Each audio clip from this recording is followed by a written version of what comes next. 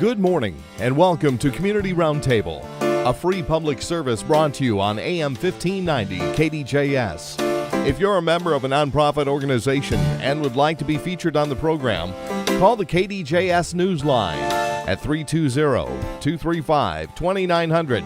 That's 320-235-2900. We are talking with Representative Dave Baker. It's Community Roundtable once again. Al Sheldon here. Going to do a little legislative update for you today here on this Sunday morning. A week after some snowfall and slippery roads, Dave, your travels have been good, I hope, huh? So far, Al, they've been good. I mean, it was a pretty snowy this last week here, and hopefully we didn't miss too much school, but it's good to kind of have hopefully the cold snap behind us and nice white snow here, and winter, here we are. Here we are ready to go. That's winter in Minnesota. That's what we've known to come and love and live through, I guess. So, right. Well, you've been in St. Paul a lot, obviously. Got the session underway, and again, representing our area. What's all going on? You know, there's a ton of stuff starting to kind of finally start hitting on the cylinders here. We're in our committee hearings, we're starting to hear bills now, which is kind of nice to dive into these things. I sit on education policy. We dive into the new ideas and policy changes we need to make. Yesterday was a good example of a thing I really want to dive into, and that's special education with our public schools. There's way too much paperwork, administrative stuff for these teachers. It's overwhelming for these special education teachers, and they aren't spending enough time with our kids. And so we heard from teachers yesterday, from administrators, that we've got to fix this thing. It was tried to a few years ago, but it ended up costing much more than what it was getting for us and for our dollar. So we're going to try to dive into that. I'm going to be dropping a bill later next week for this kind of a thing and starting some new ideas.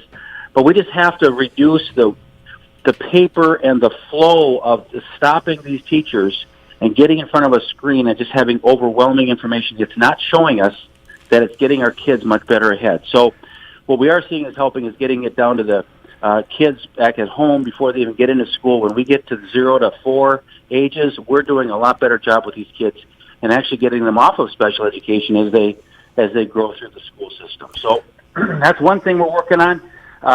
We had another hearing this week for our opioid bill. Went through the Commerce Committee, and we are going to see that stop off next week over at the Health and Human Services Finance Committee. We've got a lot of stops to make. This is the opioid bill that is kind of cutting edge in the country. We are looking at some revenue from the manufacturers of opioids and the distributors that move all the drugs around.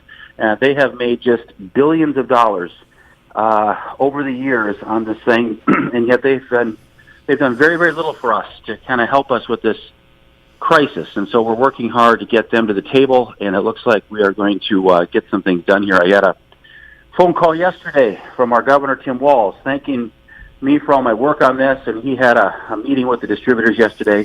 He reaffirmed to them he's very supportive of the Baker-Olson bill here in the House, and we're gonna try to do some really cutting-edge stuff on this thing. So, you know, just a lot of things are starting to kind of crank up. I love seeing folks coming from Wilmer.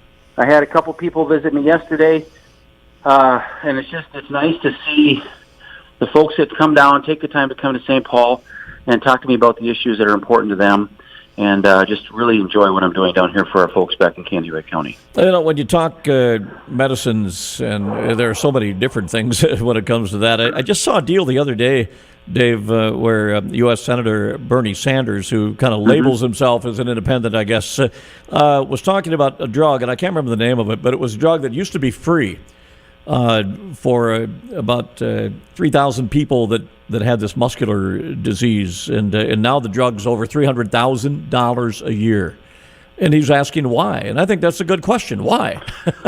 And that's what we're diving into. Yesterday, actually this last week here, we had a meeting with pharmaceutical people and asking why is it this insulin is going up so high? What is going on? There's some Hep C stuff, medicine that is $90,000 a year to administer, and it's an oral medicine, but it never used to be this much. Why has it gone that high? Yes, it is a life-saving drug, but it never used to be this way.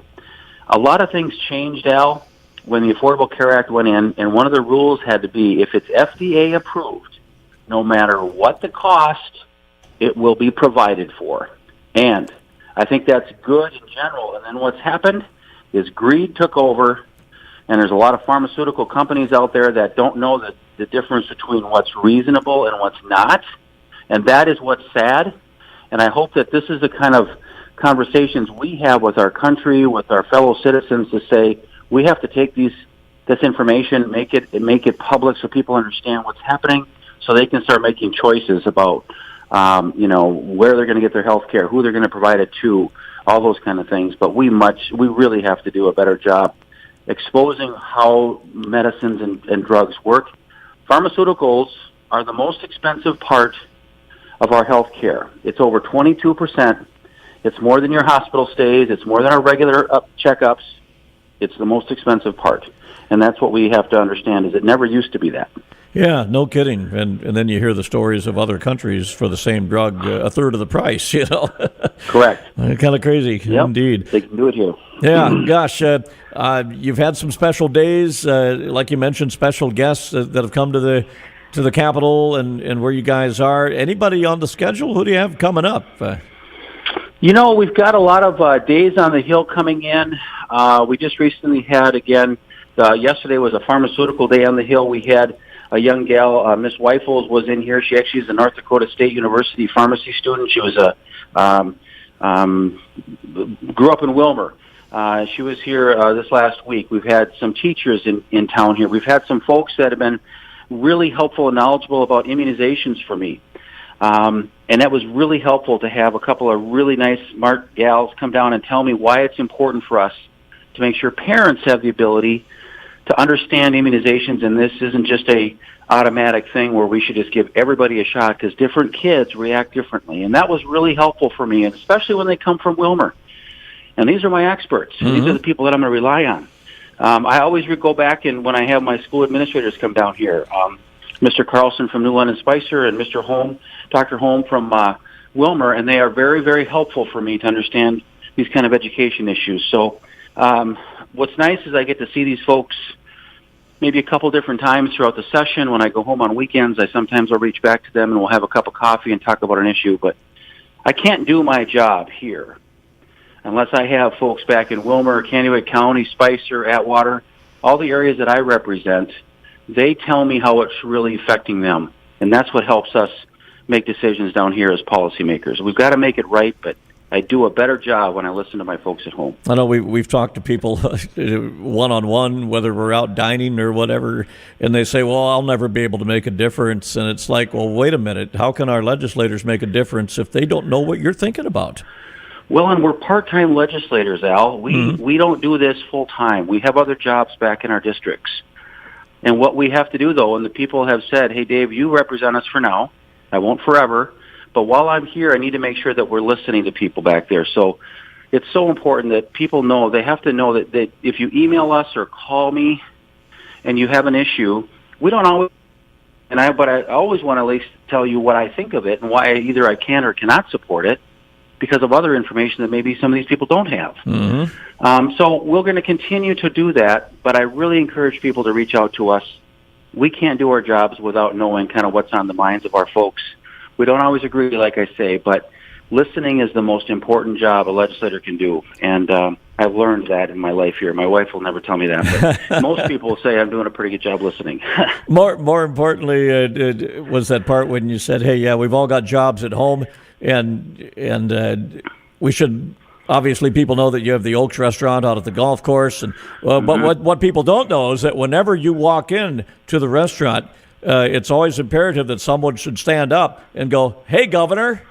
No, I don't think so. I get that all the time, but I tell you, I really do enjoy it, and these issues are important, and we want to make sure that our farmers are protected, our teachers have got to be paid better on the front end when they start teaching. There's just a lot of things, and again, you don't learn this stuff and understand these issues until you start talking to people that are in it every single day. So we've got so many hardworking people back in our area. We just have to make sure they at least know they're being protected, and at least we're trying to do everything we can to make their jobs better down here. And it is a slow, painful process to make a change in St. Paul. One thing about teaching that I just read recently also, there are a lot of teachers, or people we should say, that have the teaching certificates, the licenses, but they're not in the profession. Well, a lot of reasons for that. I mean, number one, the pay is lousy on the front end. Again, I will tell you the teachers on the first 5 years or 8 years of their tenure there should be paid better when they have the student debt when they're getting out of it.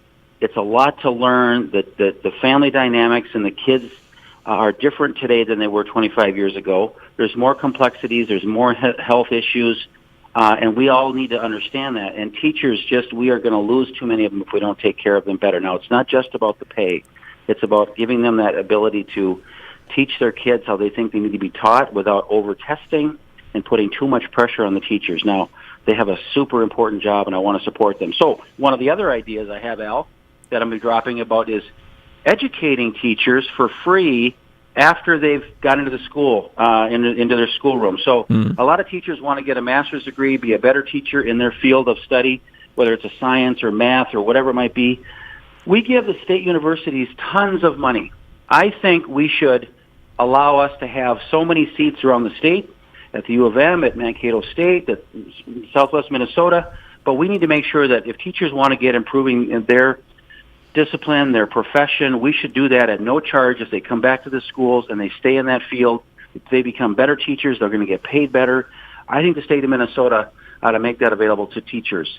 And I just think this is a part of their ongoing stuff. But we give these schools already so much money that save 5 or 10 seats in a classroom for teachers, where they're not going to lose any money on this thing.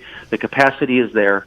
I think it's the right thing to do, and I'm getting a lot of support for that early bill on here. So we'll see what happens. Yeah, that's a good idea. I like that. Gosh, we're already paying the bill. Yeah, it reminds me of what happened in New London recently on a day off, where the teachers and administrators from New London and Ricori and Holdingford, I believe it was, just all got together and talked.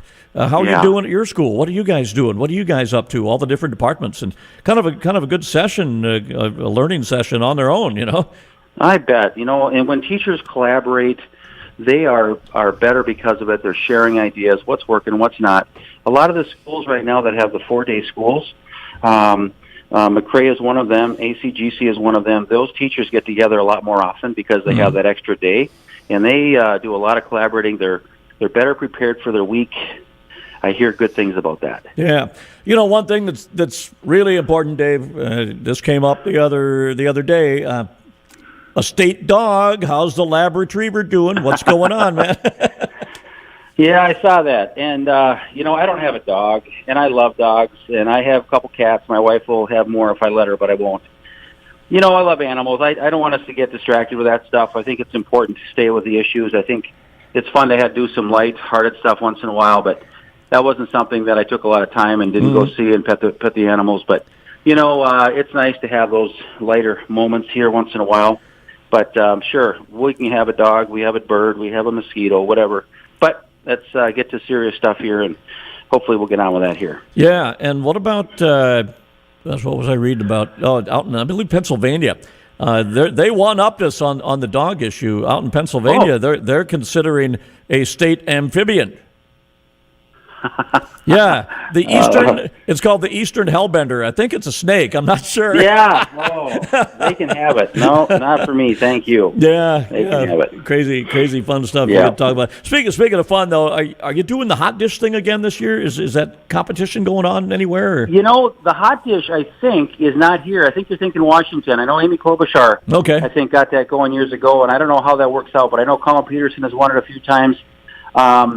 When the guy in the restaurant business, here's what our specialty has been lately is by soups and our homemade soups in our kitchen. I'd love to have a soup contest down here.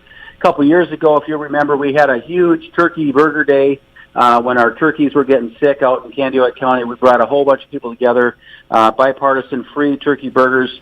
And so we know how to do our cooking down here, but no hot dishes as far as I know around this place. But, man, that's too bad. You could bring in that shrimp Cajun jambalaya pasta dish you guys have, man. Golly.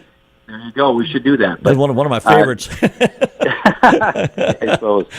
Good stuff. Well, Dave, it's a pleasure to be able to catch up with you here for just a few minutes and talk legislature and what's all going on. To refresh people again, they wonder how long, when is the session supposed to wrap up? Well, again, we're supposed to wrap up on May 20th this year. It's usually following the third, fourth Monday of a certain day in May, and so it's a long list of when that happens. I think this year it's on May 20th. Everything feels good, like we're getting some timing in. The deadlines have been set for certain bills to be heard at a certain time. I think we're going to make a lot of those deadlines if you want to get your bills heard. So I hope that we're home on that day or before. This is a long session. We have to balance the budget, so we have a lot of work to do, but I should be home full-time right after Memorial Weekend. Yeah, it'll be great. The weather will be nice. The lakes will be open. People will be catching walleyes, and if you don't catch one, you can go eat one at your place, I guess. You know? That's right. That's exactly right. Hey, Dave, thanks for catching up. We'll be talking in about a 3-4 week period. We'll stay in touch, see what's going on. All right. Always a pleasure, Al. Thanks so much for the call. Let's talk with Senator Andrew Lang right now, the Olivia area local representative in St. Paul, where as we record here, Andy, I'm looking out the window, and there goes a white semi that I can barely make out on Highway 71. Not quite as bad where you are yet, anyway, from what we understand, you know? Right. I think I'm looking at the radar right now, and it looks like it's just west of the metro pushing east, and some of the visibility reporting out by you guys does not look friendly. Yeah, Thursday was a busy morning with all the schools closing down, and the few that got kids to school sending them back home, and a lot of activities postponed. My plan for the day was go to the grocery store because there probably won't be nobody else there, you know. So what have you guys been up to? How's the session going for you, Andy? It's going good. You know, it's a budget year, of course, so it is a longer session. We'll be here for 6 months on the first year of the biennium. We have to try to figure out budget. So we're going to try to figure out what exactly we're going to spend on a statewide basis on everything from education to transportation to outdoors. All that stuff is going to be decided this year. So we've just started hearing some bills. It's been a lot of drafting. It's been a lot of procedural stuff going on to start with. But in the next few weeks here, you're going to start hearing about deadlines as far as bills.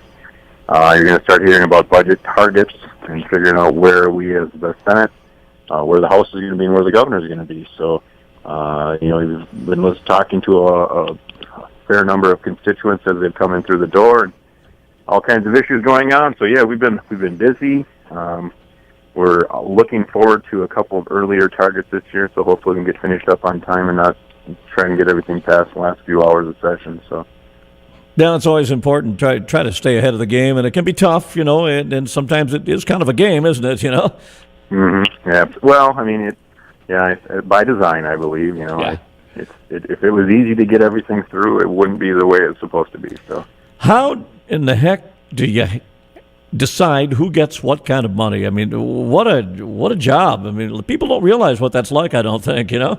No, and it is. You know, you have to, at the end of the day, and you've probably heard me say this, but at the end of the day, the state has a checkbook. You know, we have a bottom line, and we're a balanced budget state where we can't spend more money than we bring in. You know, you hear about deficits and surpluses from time to time, but that has more to do with tax collection than anything. So, we always start out with, last year's budget, or 2 years ago, I believe, and then find out where you start from, find out if the program's still viable, if the program is in need of funding, if it could do with less. Oftentimes it's the latter where it can't do with less and it needs additional funding. So, that's the challenge. And in Minnesota, we pay a lot of taxes, and, we expected to have some sort of honesty in government and honesty in taxes where we're going to spend efficiently and effectively, and that's what we try to do. So. Basically, somebody just tuning in, we're talking about not only money that comes in on a monthly or an annual basis, but the money that is a little extra, which is nice to have, plus money in reserve, which we should always have in reserve probably, right? Right, and the state does have a healthy reserve, and anytime there's a budget surplus, there is a portion of it that goes into reserves by law. So we, as of right now, I believe, in the February forecast, the end of February, we'll get a good idea of what the tax revenues look like. and then we'll know exactly what we are going to spend on the next biennium. So the November forecast for they're just a crystal ball of what the state is going to be receiving in taxes, whether it's property or sales tax or whatever, and you get an idea of where we are, what kind of money we're looking at, and what where it needs to go. So. Can you write something up, Andy, that I would like a new pickup, and then see if you can slide that through? Funny thing, no. It's something we do want to mention, though, and I know you've been talking about this a little bit, is the prison that sits quiet out in Appleton. How's that coming along? That should be used. That's a facility, Yes, and that's the argument I've been making. I've only been here 2 years, and that's the argument I've been making since I started and even before. It is, for some reason in Minnesota, we have a strong, I'd even describe it as some sort of a hatred against private prisons. And, they say prisons for profit. And for some reason, other states do not have that issue. In California and Oklahoma both build private prisons, and they use private prisons mainly because it's more cost effective. The state, is more expensive to do those things. So we do have a facility at 1,660 beds, I believe it is, in Appleton, that's been closed now for 8 years, I believe it is, since it closed. And, in the past, we've always been the prisoner population in Minnesota. We house about, right around 10,000 prisoners, or that's our limit. Well, we're about, depending on what time of the year it is, 800 to 1,000 over that 10,000 prisoner threshold. So we have a problem. So what they've done in the past is they've farmed out some of those inmates to county jails like January County or Renville County, and that's stemming the problem a little bit. But they're still double and triple bunking in these state facilities. So all the bill that I've always said is if they're going to add beds, and this is a bill that passed 2 years ago, if they're going to add beds to the prison system, that they're going to have to look at Appleton on a financial basis before they add beds to any of the facilities. And I think that puts Appleton in a good position. I believe that in the upcoming years, in Minnesota, we already do, and this is with some sentencing guideline reforms and some policies in the past, we already do a great job of only incarcerating about 49% of what other states in the nation do on average. So we do a good job of doing, some probationary work, some other than locking people up. So on that side of the argument, we still are, quite a few folks over than what we can handle. So, so the good thing is we have an asset in Appleton, ready to go turnkey type operation that I believe, it's just great that it's in my district, so I can promote it and talk about it. And at the end of the day, I think that if the state's going to do something, Appleton still stands a good chance. Now, that being said, I have introduced legislation this year, along with Representative Miller, to open it and say, hey, we're going to open it. We're going to house prisoners there, and the state will run it with union jobs. It's always been a big area of contention, whether it's union prison guards or the ones that are hired from the private facility. And I've always contended to me it doesn't matter as long as those jobs are Western Minnesota, where the unemployment rate's a little high, and you could some sort of economic vitality to the area. I think it would add, and that's where we've always stood on that. Yeah, always helps, and that prison, it is about rehabilitation and trying to get somebody on the good side of the road, so to speak. Not for everybody, but yeah, rehabbing is good. Well, people wonder about when they hear the judge stayed the prison sentence and 5 years supervised probation. Well, that's designed not only for overcrowding, but for trying to help a person, right? Sure, and it's funny you mention that, because in our county jails do a great job. They really do. They have in Renville County, that there's a program where they're trying to bring religion and education and a little bit of substance abuse treatment into the jail, but that's not something the jails are designed to do. They're really not rehabilitation centers like a prison is.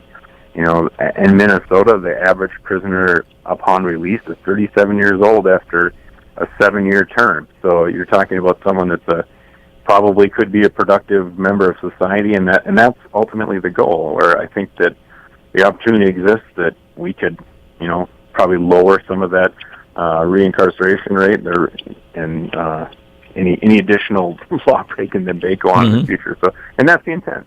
So. Yeah, it's a big topic, and when I think about prisons, I think about what's been in the news in recent weeks. Of course, is some of the guards that have been attacked, and when we lost a guard's life, it's never good. I sometimes wonder if overcrowding, or like I say, bunking 2 to 3 people in a cell, makes things a little bit rougher, where they're coming up with plans, ideas. Anger issues. I don't know what it is. I'm not a psychologist, but it can't be good. It can't be good, No, I agreed, and I think that's definitely a portion of it where, we put these guards are they're doing a tough job. There's nothing easy about being a prison guard, and we trust them with the decisions they make on the job, and I think that we should try to help them out as much as possible when it comes to taking the number of prisoners they have to oversee down. Anything else locally where you'd like to hopefully see some money spent here that's out of the surplus? Yeah, we've been talking about a couple of bonding projects. If there's going to be a supplemental bonding bill this year. I know there was a bonding bill last year where, in the Wilmer area has been very fortunate over the last few years where we received some pretty good projects. And, whether it's the CABS facility or you talk about some of the water projects out in western portions of the district that, most people don't see on a daily basis. But that's big stuff for our district, so it's important that people know about those and are proud of them, and understand what that means for our area. And on a final note here, Andy, have people been contacting you? Because we've always said the folks like you and Dave and Tim that go to the state capitol, it's hard to know what to do if people aren't saying, hey, here's an idea, or here's what I think, right? Yeah, so absolutely, people contact us all the time and are, curious about how we stand on the topic. They have ideas for a change in law or a possibility of a new law. It's a constant stream of folks. Some ideas are great, some ideas are okay, and there's always the ones where I'm like, oh, I don't know if that would ever happen. But imagine you've heard some good ones, haven't you? Yeah, no, exactly. So, yeah, I mean, it's great. I enjoy, if you're gonna, the easiest thing to do is call our office. We get so many emails, we get flooded every day. So, call our office, and I try to get back to you as soon as I can. So. Man, and I appreciate you getting back to me here when we check in every 3-4 weeks throughout the session and beyond. I know you guys are busy, and it's got to be tough, kind of daunting, I would imagine, like, say, to look at the call list, the voicemails, the emails, and you go, oh, my, that's a busy, makes for a busy day. 14 missed calls right now. So 14, and on that note, you're number one. I'm looking at my clock here, and we're about out of time, so we'll have to chat again when the weather outside is not so frightful, which may be in about a month. Who knows? We could be getting an 18-inch snowfall in a month. There's no guarantee, right? Just like last spring. So yes. Sounds good. State Senator Andrew Lang with us today, Community Roundtable. You've been listening to Community Roundtable, a free public service brought to you on AM 1590 KDJS. If you're a member of a nonprofit organization and would like to be featured on the program, call the KDJS Newsline at 320-235-2900. That's 320-235-2900.